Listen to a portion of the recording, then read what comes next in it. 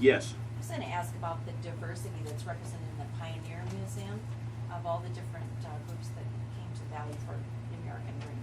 Did you write about that at all? Or? A little bit, yeah. I mean, there are so many versions of the American Dream, and I'm you know, one of these people who sort of hate to be told what to do. So, you know, every now and then, like when I cross the border and get detained by the Border Patrol for nothing or whatever, you know, it's hard for me to be completely polite because I like to go about my business. And I always felt that people in Imperial County went about their business, and it wasn't always easy, you know, on the American side, in the county especially, for me to gain their confidence. But I sort of admired that about them, that they, you know, didn't have to account to me or anybody else for what they were up to. Yes. When did you first start writing, and what was your subject?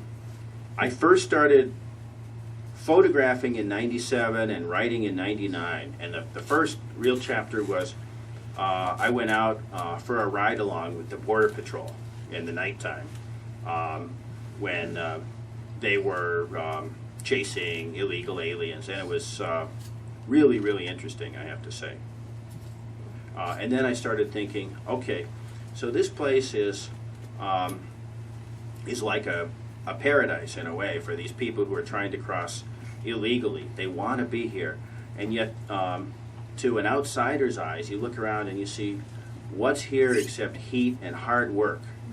And it really got me thinking and wanting to learn more. Yes?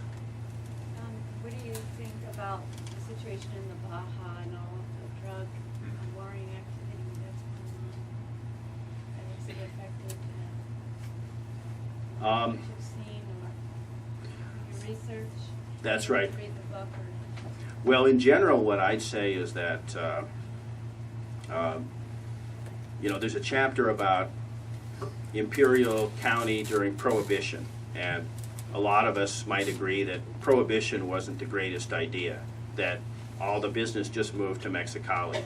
And so I would be inclined to say maybe some of these drugs, like marijuana, should be legalized and regulated and taxed, you know.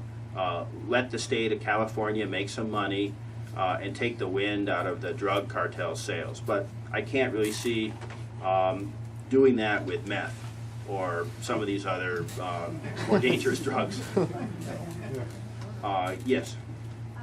Looking at your photos, I see that you focus more on the individuals and not the water. And you just said that it was difficult to write about the water. Would you say that it was difficult to photograph the water, and that's why you chose not to focus on that, or what was your reasoning? It is difficult. I mean, I took a whole bunch of pictures with my A10 camera of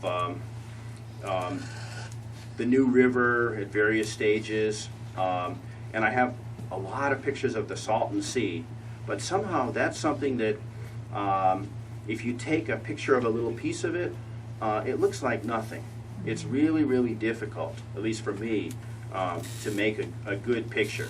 I would actually enjoy making some more A10 pictures of the All-American Canal, which I think is a really beautiful thing and an incredible achievement, too. Yes? What percentage of your time in the last 10 years have you actually spent staying in Imperial County? Well, let's see. I would say, I don't know whether I could break it down to the county, but if we include, you know, the area that I call Imperial. So Imperial County and Mexicali, and then the border strip, you know, maybe 2 or 3 months a year, something like that. You know, there's a chapter on the maquiladoras, and I spent a bit of time in Tijuana for that. A little bit of time in Mexicali, but obviously you don't see those in Imperial County. Yes? Do you have plans to keep going back to the area? And if you do, is that because of relationships that you've established with people? Yes, I would. I really like it there. I'd like to go back more, and actually, I'd like to keep interviewing people, especially some of the farmers in Imperial County. I interviewed one asparagus farmer, Ben Brock. He was gracious enough to give me some of his time, and that was several years ago. I'd kind of enjoy hearing more about, you know, his family and how the business is going. So I hope I get a chance to do that sometime. Yeah, one more question. Yes. Did you feel constrained writing nonfiction?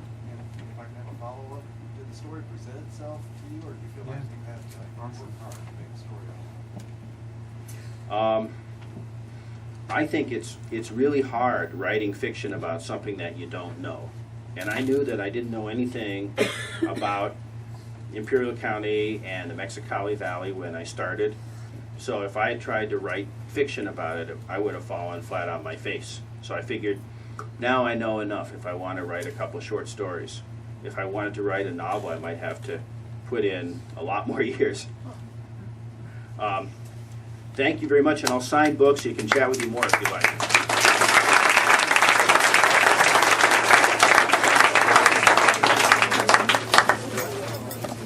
Thank you, Bill. And we're going to take a few minutes to get him set up here to